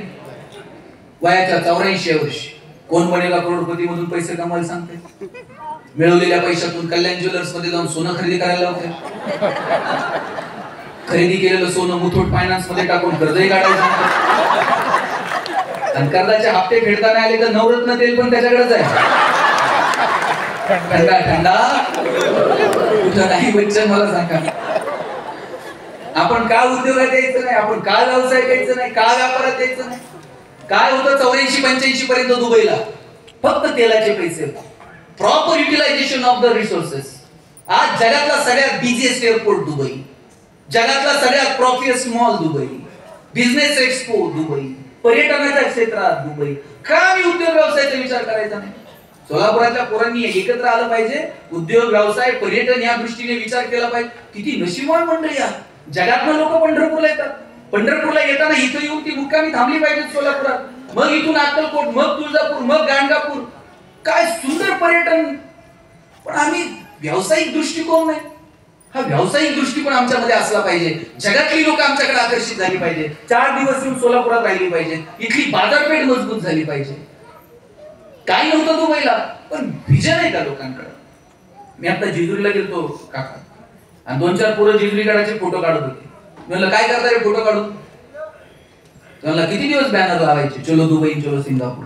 म्हटलं मग? म्हणला मी दुबईत बॅनर लावणार आहे, चलो जेजुरी. दुबईतली लोक जेजुरीत आणतो का नाही मला म्हटलं. आणि म्हणलं आणून काय करणार? काय नाही म्हणला, खालून वर गाडव त्यांना पाय घेऊन. आणि एकदा का ते घामाघूम झाले मग त्यांना लेक्चर देणार किती कॅलरीज बंद झाल्या. आणि रात्री म्हणला 2-2 हजार रुपये तिकीट काढून त्यांना जागरण गोंधळ ऐकायला लागतो. मला हेवा वाटतो या लोकांचा. मला वाटतं तरुण पोरांनी उद्योगात व्यवसायात आलं पाहिजे, आणि त्याच्यासाठी ज्ञान सोडून दुसरा पर्याय नाही. ज्ञानोबरायांनी ज्ञानाची कावड तुमच्या माझ्यासाठी खुली करून दिली. त्या ज्ञानाच्या मार्गावरून आपण चालत गेलं पाहिजे. आयुष्य खूप सुंदर आहे, गोड आहे. त्या प्रत्येक क्षणाचा आनंद घ्या. एकमेकांना भेटा, एकमेकांशी प्रेमानं बोला. आपल्याला भेटायला वेळ नाही, आपल्याला बोलायला वेळ नाही. एक असा पाऊस पडत होता छान, आणि 4-5 पोरं शाळेतून घरी निघाली होती. त्या रिमझिम पावसामध्ये भिजतच चालली होती. एक पोरगा मात्र असा आडुशाला जाऊन थांबला, आणि त्या आडुशाला गेलेल्या पोराकडे बघून भिजणारा एक पोरगा म्हटला, ए हिरो, ये बारिश है, बारूद नहीं. कभी मिला करो, कभी भीगा करो, ये बूंदे है, बड़ी दूर से आती है. खूप लांबून येतात ते, भेटा कधीतरी. पण आम्हाला अलिप्त व्हायला आवडतं. एक दिवस आपल्याला सगळ्यांना या जगातून अलिप्त व्हायचंय. मग तुम्ही कुणी असा. कबीर महाराजांचा खूप सुंदर दोहा आहे. देश देश के वैद्य बुलाए, लाए जड़ी और बूटी, जड़ी बूटी तेरे काम ना आए, जब राम के घर की खूटी, जरा हल्के गाड़ी हाको मेरे राम गाडी वाले. काय सुंदर सांगितलंय कबीरांनी. कबीरांनी या दोह्यामध्ये जगण्याचा अर्थ सांगितलाय आपल्याला. आपण मालक नाही आहोत, आपण विश्वस्त आहोत. या खुर्च्यावर तुम्ही बसलाय ना, फार थोड्या वेळासाठी आहात. 10 मिनिटांनी तुम्ही घरी निघून जाल, उद्या दुसरं कोणीतरी बसेल.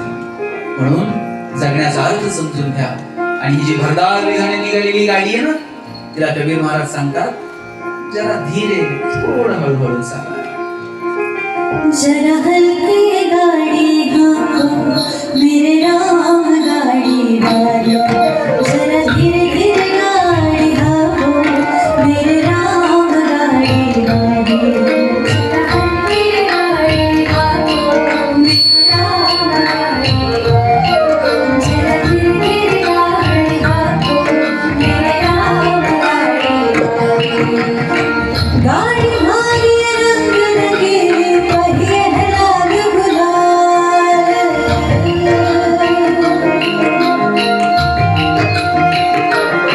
ओ गाड़ी भारी रंग रंगीली पहिए है लाल गुलाल. हाकड़ वाली चली चमेली, बैठड़ वालो राम भैया, हल्की गाड़ी हाँको मेरे राम गाड़ी वाले, जरा धीरे धीरे गाड़ी हाँको मेरे राम गाड़ी वाले, गाड़ी हाँको मेरे राम गाड़ी वाले, जरा धीरे धीरे गाड़ी हाँको मेरे राम गाड़ी वाले. जरा हल्की गाड़ी हाँको मेरे राम गाड़ी वाले.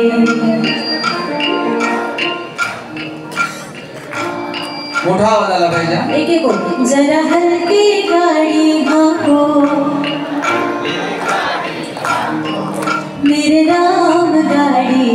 वाले जरा हल्की गाड़ी हाँको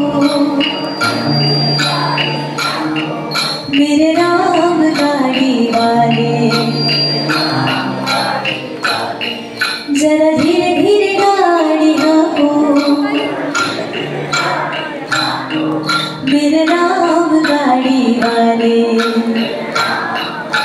बढ़िया काका जरा हल्की गाड़ी हाँको मेरे राम गाड़ी वाले जरा धीरे धीरे गाड़ी हाँको मेरे राम गाड़ी वाले जरा हल्की गाड़ी हाँको मेरे राम गाड़ी वाले जरा धीरे धीरे गाड़ी हाँको मेरे राम गाड़ी वाले देश देश का वैद बुलाया लाया झड़ी और बूटी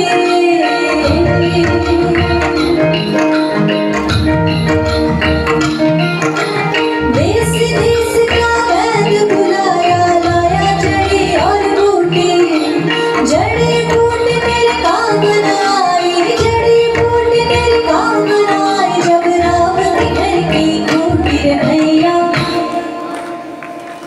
रे भैया मेरे राम गाड़ी वाले जरा धीरे धीरे गाड़ी हाँको मेरे राम गाड़ी वाले जरा हल्की गाड़ी हाँको मेरे राम गाड़ी वाले जरा धीरे धीरे गाड़ी हाँको मेरे राम गाड़ी वाले बिलक बिलक कर तिरिया रोवे बिछड़ जाए मेरी जोड़ी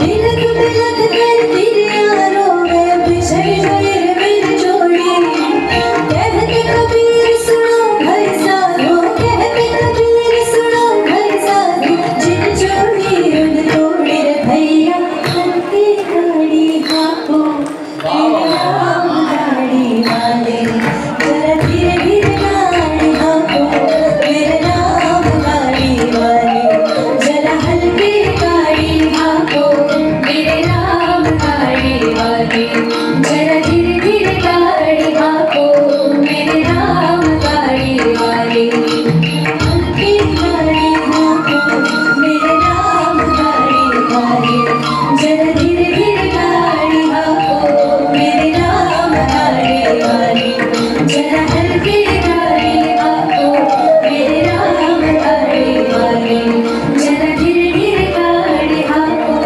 मेरे राम गाड़ी वाले आता शेवटचे 5 मिनिट. आता फुलं जिथे दिले तिथेच थांबा सगळे. हा तिथेच थांबा. आता आपण 5 मिनिटांमध्ये समाधीकडे जाणार आहोत. मला आपल्या सगळ्यांना सांगायचंय या कबीरांच्या दोह्याचं थोडंसं स्पष्टीकरण करतो आणि आपण समाधी प्रसंगाकडे जाऊ. कुणी आता उठायचं नाही. 5 मिनिटांमध्ये आपण समाधी सोहळ्याला जाणार आहोत. ज्यावेळेस शेवटचं चरण होईल त्यावेळेस सगळ्यांनी फुलं माऊलींच्या ठिकाणी अर्पण करायची आहे. तिथून केली तरी चालते. बिलग बिलग कर तिरिया रोवे बिछड़ गई मेरी जोड़ी कहत कबीर सुनो भाई साधो जिन जोड़ी उन तोड़ी देश देश के वैद्य बुलाए लाए जड़ी और बूटी जड़ी बूटी तेरे काम ना आए जब राम के घर की खूटी जरा हलके गाड़ी हाँको मेरे राम गाड़ी वाले. तुम्ही सगळ्यांनी नीतू मांडके नाव ऐकलंय का? हृदयरोग तज्ञ होते. त्यांच्या पत्नी अलका मांडके भूलतज्ञ होत्या. पुण्यातल्या बीजे मेडिकल कॉलेजला दोघं शिकले. पुढे जाऊन दोघांनी लग्न केलं. आता बस झाले. फुलं ज्यांच्यापर्यंत गेले त्यांनी ठीक आहे. बाकी ज्यांनी हात जोडा. जागेवर थांबा आता बस. शांतता. 10,000 पेक्षा जास्त शस्त्रक्रिया नीतू मांडकेंनी त्यांच्या आयुष्यात केली. बाळासाहेब ठाकरेंवर शस्त्रक्रिया करायची वेळ आली तर तीही नीतू मांडके. एक दिवशी प्रवासात असताना नीतू मांडके अलका मांडकेंना म्हटले, अलका मी एवढ्या शस्त्रक्रिया केल्या पण कधी जर मलाच अटॅक आला तर कोणत्या बाईला बरं वाटतं का नवऱ्यानं असं बोलले? पटकन तोंडावर हात ठेवला. मी तू असं अभद्र बोलू नये. आपण असं कुठे लिहिलंय का डॉक्टरला अटॅक येत नाही? येऊ शकतो. आला तर काय करणार? अलका मांडके म्हटलं तूच सांग मग काय करायचं. नीतू मांडके म्हटले अँजिओप्लास्टी जर करावी लागली तर अमुक अमुक स्टेन वापर. जर बायपास करावं लागलं तर अमुक एखाद्या तज्ञाला बोलव. जर हृदय ट्रान्सप्लांट करावं लागलं तर तुर्तास इथे करू नको. आणि पुढे जाऊन हसत हसत नीतू मांडके म्हटले अलका ऑपरेशन कुणी करायचे ते करू दे पण भूल मात्र तूच द्या. अलका मांडके लिहितात मला माझ्या आयुष्यात सुद्धा वाटलं नव्हतं असा प्रसंग कधीतरी फिरून येईल. एक दिवशी प्रवासात असताना फोन आला. अलका माझ्या छातीत चमक आली आहे. जवळ हिंदुजा हॉस्पिटल आहे. मी पोहोचतो. जिथे असशील तिथून हॉस्पिटल आहे. अलका मांडके हॉस्पिटलकडे निघाल्या. नीतू मांडके हॉस्पिटलच्या दारात पोहोचली. हिंदुजाच्या गेट वरती आले. वॉचमॅनच्या गळ्यात हात घातला. चालता येत नव्हतं. सांगितलं स्ट्रेचर बोलव. पटकन मला आयसीयू मध्ये घेऊन जा. स्ट्रेचर बोलवलं. आयसीयू मध्ये घेऊन गेले. ज्या हातांनी हजारो शस्त्रक्रिया केल्या त्या नीतू मांडके लहान मुलासारखे पडून होते. डोळ्यांना धुनवत होते. आता हे कर आता ते कर. कितीतरी सगळे वैद्य कितीतरी तज्ञ तिथं दारात उभे होते. तितक्यात अलका मांडके अलका मांडके आल्याबरोबर हातात हात घेतला आणि नीतू मांडके म्हटले अलका यातून मी वाचेल असं मला वाटत नाही. असं बोलू नको. आता ऑपरेशनला घे. ऑपरेशनला घेतलं. ठरल्याप्रमाणे अलका मांडकेंनीच भूल दिली. ऑपरेशनही झालं. पुढचे 3 दिवस नीतू मांडके श्वासासोबत झगडत होते. आणि अखेर 3ऱ्या दिवशी ज्या हातांनी हजारो लोकांचे प्राण वाचवले तेच नीतू मांडके हृदयविकाराच्या झटक्याने गेले. देश देश के वैद्य बुलाए लाए जड़ी और बूटी जड़ी बूटी तेरे काम आए जब राम के घर की खोटी. जोडीदार गेल्यानंतर आपण रडतो. वाईट वाटतं. बिलग बिलग कर तिरिया रोवे बिछड़ गई मेरी जोड़ी कहत कबीर सुनो भाई साधो जिन जोडी उन तोडी. ज्यानं जोडली त्यानं तोडली. आपण मालक नाही होत. एक दिवस आपल्याला सगळ्यांना या जगाचा निरोप घेऊन निघून जायचं. फक्त जाताना आपल्याला कौतुक वाटलं पाहिजे. कौतुक वाटे झाली या वेचाची. जगाला काय वाटतंय माहित नाही. आमचं आम्ही जे जगलो ना आमचं आम्हाला मात्र कौतुक वाटतंय. समाजानं अवेलना केली. समाजानं हेटाळणी केली. इंद्रायणीमध्ये पाऊल ठेवू दिलं नाही. भिक्षा मागायला गेले तर लोकांनी भिक्षा वाटली नाही. मांडे भागायला खापर मागितलं तर लोकांनी खापर दिलं नाही. आई वडिलांना प्राण त्यागावे लागले. एवढं सगळं दुःख. आणि आता निघाली पोरं पैठणला. पैठणच्या सभागृहामध्ये शुद्धीपत्र मागायला. पैठणच्या सभागृहामध्ये जाऊन उभी राहिली. आणि त्याच पैठणच्या सभागृहामध्ये ज्ञानोबारायांनी रेड्याच्या तोंडून वेल बदलले. हो ते सभागृह सांगत होतं तुम्ही जनावरांसारखे जगा. निवृत्ती महाराज म्हटले का जनावरांना जर जाणीव झाली तर त्यांच्यामध्ये सुद्धा साक्षात ब्रह्म आहे जो तुमच्या माझ्या हृदयात स्थित आहे. सभागृह हसून म्हटलं मग तुम्ही वेद म्हणता ती जनावर वेद म्हणतील. निवृत्ती महाराज म्हटले का नाही. आमच्या ज्ञानानं जर ठरवलं ना तर तो रेडा सुद्धा वेद म्हणेल. अरे बोलवाय का पाखायला बोलवलं. ज्ञानोबारायांनी असं नजरेनच निवृत्ती महाराजांचं दर्शन घेतलं. निवृत्ती महाराजांनी असं डोळ्यानं खुणवलं ज्ञानोबारायांनी ठेवला रेड्याच्या मस्तकावरती हात. या देहाचा त्या देहाशी स्पर्श झाला. या आत्म्याचा त्या आत्म्याशी संवाद झाला. ज्ञानोबाराय वेद म्हणू लागले. आणि पैठणच्या सभागृहामध्ये ज्या सभागृहामध्ये विठ्ठल पंतांना देहांताचं प्रायश्चित्त सांगितलं त्याच पैठणच्या सभागृहामध्ये ज्ञानोबारायांनी रेड्याच्या मुखून वेद बोलवलं. काय चमत्कार. जो समाज ज्ञान्या म्हणून हाक मारत होता तेच सभागृह म्हणू लागलं निवृत्ती ज्ञानदेव सोपान मुक्ताई जय जय विठोबा. हो जय जयकार झाला. निघाले ज्ञानोबाराय आता पुढे. लोक थांबा म्हणत होती. अजून 2 दिवस तर मुक्काम करा. पण निघाले पैठण सोडून आणि आले नेवाशाला. नेवाशाला आले. पैज खांबाला टिकून बसले आणि ज्ञानेश्वरी सारखा महान ग्रंथ उदयाला आला जो गेली कित्येक वर्ष तुम्हाला मला ज्ञानाची वाट दाखवतोय. निघाली तिथून ही सगळी भावंड आणि दर मजल करत करत करत आली ती आळंदीमध्ये. आणि आळंदीमध्ये येत असताना किती किती आठवणी होत्या या लेकरांच्या. आता शेवटचे 5 मिनिट.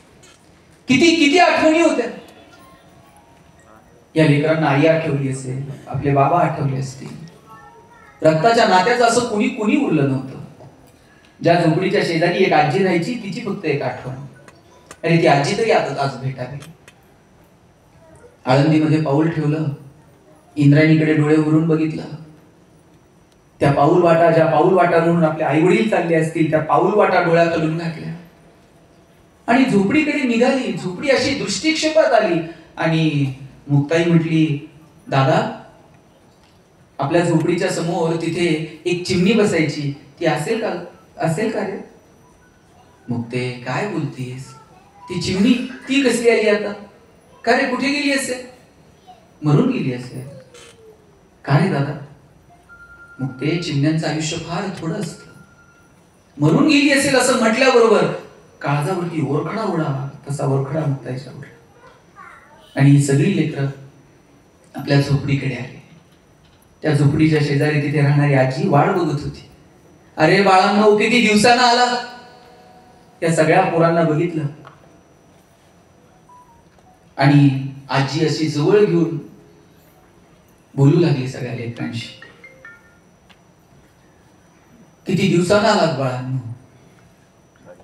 प्रेमानं जवळ घेतलं. भूक लागली असेल ना, थांबा, तुमच्यासाठी काहीतरी करते. किती दिवसांनी कुणीतरी इतकं प्रेमानं बोलत होत. पिठामध्ये पाणी कालवलं, लेकरांना खाऊ घातलं आणि जुन्या आठवणीमध्ये लेकरं रमून गेली.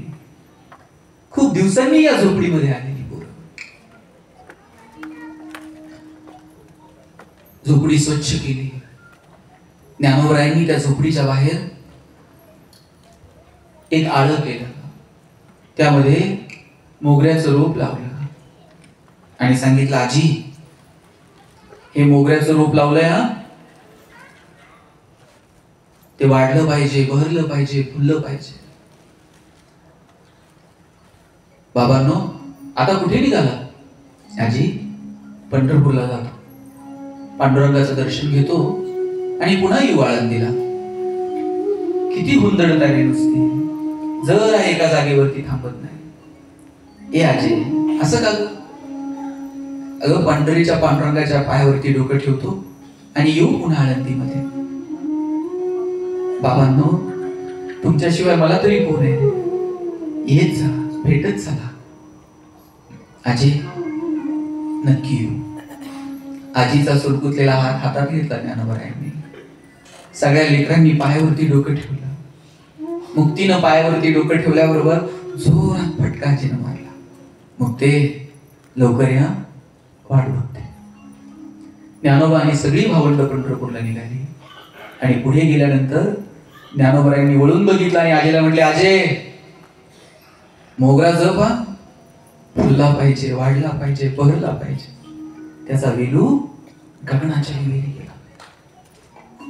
सगळ्या लेकरांनी एकदाच आळंदीकडे पाहिलं आणि निघाली सगळी पोरं पंढरपूरला. निवृत्ती, ज्ञानदेव, सोपान, मुक्ताई सगळेजण पंढरपूरला आले. आज मात्र पंढरपुरात त्यांचं जोरात स्वागत झालं. इकडे इंद्रायणीमध्ये लोकांनी पाऊल ठेवू दिला नाही आणि इकडे चंद्रभागा या लेकरांच्या स्वागतासाठी हात जोडून उभी होती. निवृत्ती, ज्ञानदेव, सोपान, मुक्ताई, जय जय विठोबा रुक्माई, सारं पंढरपूर अगदी दुमदुमून गेलं. ज्ञानेश्वरी सारखा महान ग्रंथ ज्ञानोबरायांनी लिहिला. अनेक अज्ञानी लोकांना तिमिरातून बाहेर पडण्यासाठी वाट दाखवली होती माऊलींनी. ज्या समाजानं स्वीकारलं नाही, तो समाज आज ज्ञानोबरायांना डोक्यावर घेऊन मिरवत होता. पंढरपुरात ज्ञानोबरायांची मिरवणूक निघाली. सगळ्या साधू संतांचा मेळा त्या मिरवणुकीमध्ये सहभागी झाला. भगव्या पताका आकाशाला भिडत होत्या. टाळ मृदुंगाचा गजर सगळ्या पंढरपुरात होत होता. ज्ञानोबरायांचा जय जयकार होत होता. आणि ज्ञानोबरायांची दृष्टी क्षितिजाच्याही पलीकडे निघून गेली होती. एखाद्या कोळ्यानं जाळं फेकावं आणि ते आता पुन्हा ओढून घ्यावं, ती अवस्था ज्ञानोबरायांच्या मनाची झाली होती. हा जय जयकार, की वाहवा हे कौतुक या सगळ्यांच्या पलीकडे माऊली निघून गेले होते. आकाश इंद्रधनुंनी सजलेलं होतं.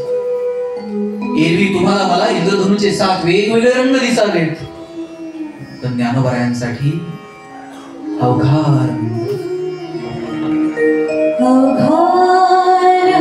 जणू एक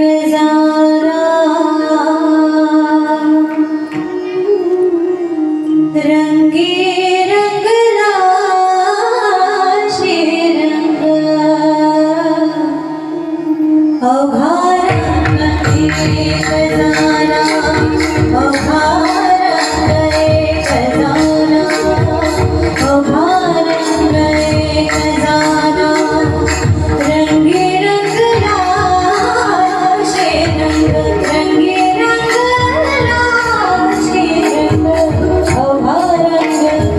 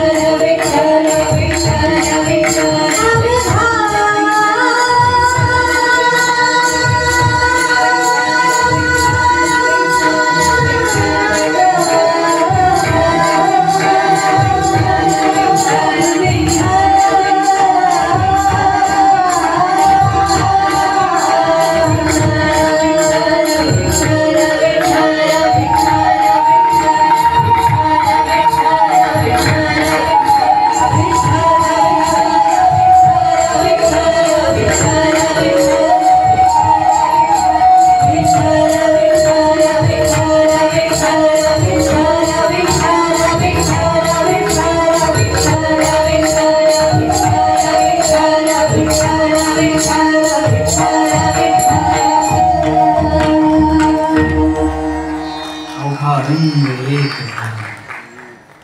ज्ञानोबराय आणि निवृत्ती महाराजांची भेट झाली. निवृत्ती महाराजांच्या पायावरती डोकं ठेवलं आणि ज्ञानोबराय म्हटले, दादा आता परवानगी द्या. ज्ञाना खूप मोठा झाला रे, तुला परवानगी देणारा मी कोण? दादा तुम्ही गुरु आहात. ज्ञानाच्या जोरावरती तू इतका मोठा झाला ज्ञाना, तुला परवानगी देणारा मी कोण? पांडुरंगाच्या जवळ घेऊन गेले. डोळ्याच्या कडा पाणवल्या आणि निवृत्ती महाराज म्हणाले, देवा ज्ञाना तुमच्या भेटीला यायचं म्हणतो. पांडुरंगाने सांगितलं, ज्ञाना पंढरपुरात नाही, आळंदीला ये, तिथे समाधी घ्या. सगळ्या साधू संतांचा मेळा आता आळंदीकडे निघाला. योग्यांचे योगी, ज्ञान्यांचे ज्ञानी आता समाधीस्थ होणार होते. या सगळ्या वाटेमध्ये सगळ्या साधू संतांना ज्ञानोबरायांच्या ज्ञानाची जणू मेजवानी होती. ज्ञानोबांनी बोलवावं आणि सगळ्यांनी कायमचं ते कानात साठवून ठेवावं. आता शेवटचा प्रवास आहे याची जाणीव सर्वांना होती. पण मुक्ताईला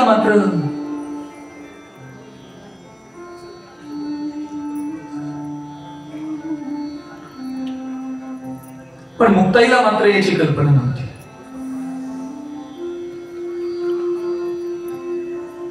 धर्मजल करत संतांचा मेळा आळंदीपाशी आला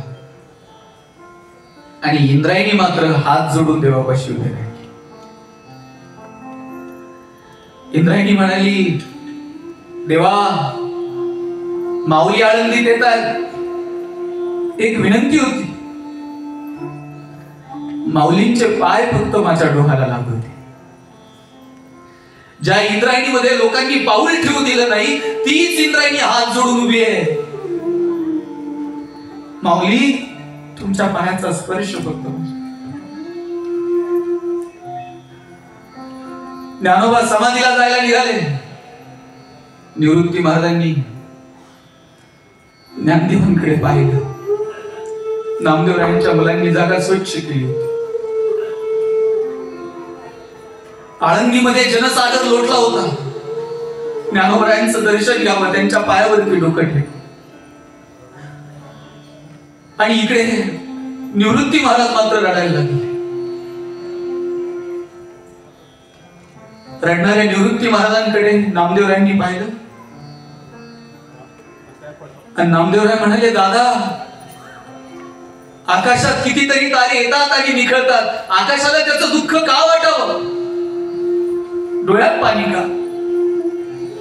निवृत्ती महाराज म्हटले, नामदेवराया आकाशात कितीतरी तारे येतात आणि निखळतात, आकाशाला त्याचं दुःख नसतंच मुळी, पण भाऊ म्हणून हे सगुण रूप परत कधी बघायला मिळायचं नाही, म्हणून डोळ्यात पाणी. दादा आता निघाला याची जाणीव आता कुठे मुक्ताईला झाली आणि मुक्ताईने टाहो फोडला. दादा कुठे चालला? अरे मी भाऊबीजेला कुणाकडे जाऊ रे दादा? तुझ्याकडे कोणता हट्ट नाही करायचे, पण असं सोडून जाऊ. ज्ञानोबरायांनी मुक्ताईला जवळ घेतलं. मुक्ते डोळ्यात का पाणी आणतेस? आणि तुझी आणि माझी भेट कालही होती, आजही आहे, उद्याही असेल. रडू नको. पृथ्वीवरती प्रलय यावा आणि त्या प्रलयातून 2 जीव वाचावेत आणि त्या 2 जीवांची अखेरची दृष्टी भेट व्हावी. तशी भेट ज्ञानोबांची आणि मुक्ताईची. मुक्ताई बिलगली ज्ञानोबांना. गर्दीतून हात सुटला. मुक्ताई मागे लहान मुलासारखी रस्त्यावरती गडबडा लोळू लागली. अरे ज्ञाना थांब. निवृत्ती महाराजांनी आवाज दिला, मुक्ते माग फिर. ज्ञाना आता आपला राहिला नाही. देव निवृत्ती आणि धरले दोन्ही कर, जातो ज्ञान देव पैसा भया. ज्ञानोबराय समाधीच्या ठिकाणी निघाले. आता ज्ञानोबा राय समाधीस्थ होणार, शिळा लोटली जाणार. त्याच वेळेला त्या गर्दीतून वाट काढत एक आजी पुढे आली आणि तिनं आवाज दिला, अरे ज्ञान्या, चालला सोय रे. आम्ही इकडे काष्टासारखे वाढत पडलो आणि तू कुठे निघा. दचकून ज्ञानोबा यांनी आजीकडे पाहिलं. आजी आलीस? हो रे दादा, पंढरपूरला जाऊन येतो म्हटला आणि तो असा आला होय रे. कायमचा जाण्यासाठी तू लावलेला मोगरा फुलला, बहरला. हे बघ, त्याची फुलं तुझ्यासाठी घेऊन आली. आजीनं ती फुलं ज्ञानोबरायांकडे भिरकवली. त्यातली 2 फुलं ज्ञानोबरायांच्या हातात पडली आणि ज्ञानोबराय म्हटले, आजे, आपण लावलेला मोगरा बहरला, फुलला, गगनाच्याही वेरी निघून गेला. ती फुलं आता पांडुरंगाला व्हायला नको. ती फुलं त्या विठ्ठलापाशी, त्या पांडुरंगापाशी घेऊन निघालो. ओल्या झालेल्या डोळ्यांच्या कडा पदरानं बसल्या आजी गर्दीतून मागे लुटले गेले.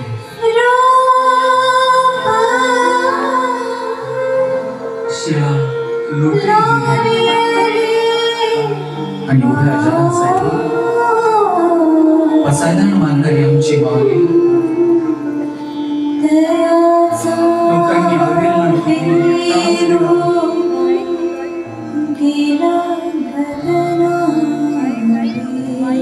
इंद्रायणीमध्ये पाऊल ठेवू दिला नाही. ते ज्ञानोबा पुण्या जगाची माऊली होऊन समाधीस्थ झाली. आजही तुम्ही आनंदी घ्या. त्या पाऊल वाटेवरून माऊली कधीतरी चालली असते. ते धुळीचे धुळी आजही तिथे कुठेतरी असते. त्या इंद्रायणीला माऊलींचा स्पर्श झाला. आजही ज्ञानेश्वरीच्या पानापानात, वारकऱ्यांच्या मनामनात आणि इथल्या कणाकणात माऊली तशीच सापडेल. आज या कधीतरी आळंदीला आणि माऊलींच्या समाधीवर मनोभावे डोकं ठेवा.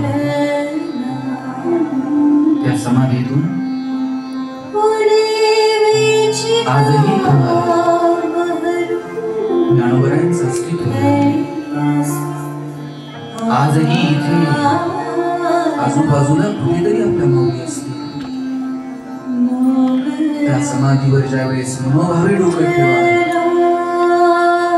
त्या समाधीतून एकच आवाज ऐकू येईल, राम कृष्ण हरी, राम कृष्ण हरी, राम कृष्ण हरी, राम कृष्ण राम कृष्ण.